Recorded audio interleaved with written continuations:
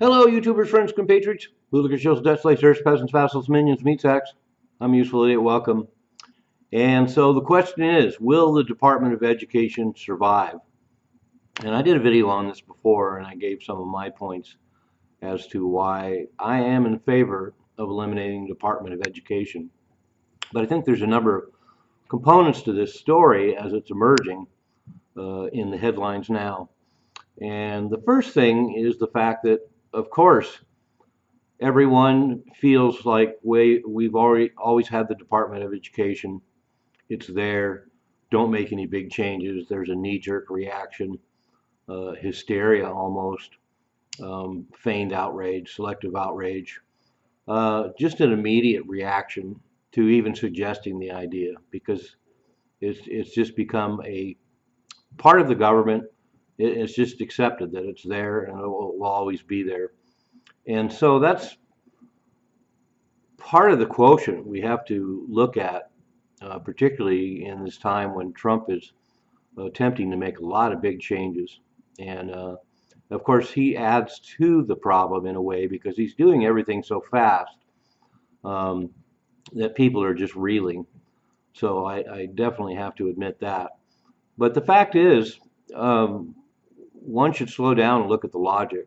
And there's a lot of logic in it. Trump spoke today about it, and he said that he felt like the Department of Education should be eliminated immediately, that it was a quote con job unquote, and that he pointed out logical reasons. And the logical reasons he pointed out are there's ratings of the education systems of the top 40 countries, and the United States is at the very bottom, number 40. And he pointed out that even China is number 5, and of course a lot of European countries rate high, as does Japan. And one doesn't have to have too much education, so to speak, to realize that the education standards of Europe and Asia are generally much higher than the United States. The people that come out of the school systems in Europe and Japan, and apparently China as well, have a high level of education. And one doesn't have to look too far. For example, there's thousands of videos of gotcha moments where people go out and interview young people in this country to find out what they know about anything. And by those standards, it doesn't look like they know anything about anything. And it is really disheartening. And Trump also pointed out that we spend more per pupil than every country in the world by far. And yet the education system is failing us. And once again, it doesn't take much of a search to realize that the education generally of people in the coming out of the United States education system is pretty poor. Another anecdote is the fact that there's a great high school exam. In fact, it might even be a grade school exam that's available on the net around the year 1900. And the questions are really tough by today's standards. The things that people were expected to know when they came out of the education system were far greater than anything that's expected of them now. And also, if you look at the years leading up to the creation of the Department of Education, one could make a reasonable argument that education has actually started deteriorating around the time that the Department of Education was created. Because if you look at the 19th century and you look at the teens, 20s, 30s, 40s, 50s, even 60s here in the United States, up to the 1960s and 1970s, people seem to still be getting a pretty good education. And I knew I grew up in the education system through the 60s, and I feel like I was expected to learn a fair amount. And I came out of the education system with a pretty decent education. I did find that when I went into college that you only get as much out of college as you put into it. And so I found certain things about college education a little lacking, but if you put a lot into it, you'll get a lot out of a college education. But that said, there's a good argument that a lot of people coming out of college don't have very good educations anymore. And if you look at more conspiracy-oriented thought, for lack of a better term, course, the effects of the Rockefeller Foundation taking hold of the American education system in the early 20th century, it definitely leads one to believe that there's been a purposeful degradation of the education system, and the argument that the powers that be want obedient, not very intelligent drones to fill their roles as cogs in the machinery when they get out of school. And there seems to be some truth to that as well, because we do have an education system that just isn't performing.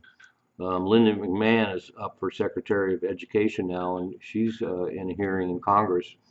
And she's also talking about the fact that she has no problem being elected Secretary of Education, or being confirmed as Secretary of Education, and then dismantling the department, which is kind of ironic. But she also pointed out that DOGE is currently doing an audit of the Department of Education. And of course, that's where it starts. Let's find out what's in there. That's another area where we get a knee-jerk reaction to any change just because people get used to it. We need to have an audit, see what's in there. The department apparently has about 5,000 employees, which is not that large in comparison to a lot of departments. USAID had 10,000 employees, so a significantly smaller department, but their annual budget is $238 billion. So we're talking about a lot of money. So there's good, sound logic to why the Department of Education needs to have a closer look, needs to have their expenditures looked at, see how we can have a better education system.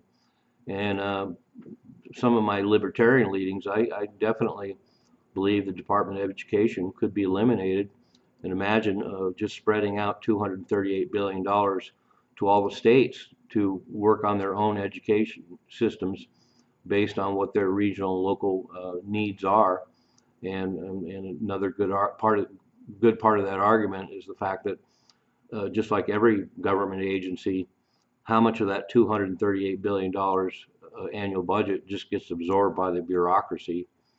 And so, like so many government agencies, the money's supposedly there to address the issues, and instead just gets sucked up by a bureaucracy. And we see that time and time again. And another thing is, people need to keep in mind that no, the Department of Education hasn't been around forever. Apparently, President Johnson in 1867 tried to set up a Department of Education. It only lasted about 2 years. Ironically, American education has been really strong since that period up until recently. And then we have President Carter in 1980 created the Department of Education. We got along fine without it and had an excellent education system. And he did what Trump is talking about in some ways. Maybe the Department of Education is not working on its own and needs to be folded into the capabilities of other departments, and then most of the money being given to the states. And that's what Carter did. He combined a bunch of different departments to create the Department of Education. But like I say, slow down a little bit. Trump's not going to slow down, but we can slow down a little bit and carefully consider the logic of every step moving forward. And there's nothing but logic going into this decision to question whether the U.S. Department of Education is viable, finding out what it's doing right, what it's doing wrong, and if it comes to eliminating Department of Education, then so be it. And that also goes with the Department of Energy. It was only created relatively recently, like the Department of Education. And the Department of Energy, one could argue, hasn't been effective either. And once again, a large bureaucracy that just sucks up a lot of the money that's supposed to go to address problems. And I've seen president after president going back 60 some odd years now, year after year, administration after administration talking about energy independence. And we've had this Department of Education, and we're not that much closer to total energy independence. And instead, we have a Department of Energy that subsidizes oil companies and basically corporate welfare for oil companies, which may or may not be a good idea. So they're probably going to be looked at as well. But I, for one, am all for the Department of Education being eliminated and the money going to the states. And I think that was true of a lot of U.S. agencies. I think this whole move by Trump to give more money and more power and more influence back to the states is a great idea. But I know other people have different opinions. I'm useful idiot. Don't you be one too.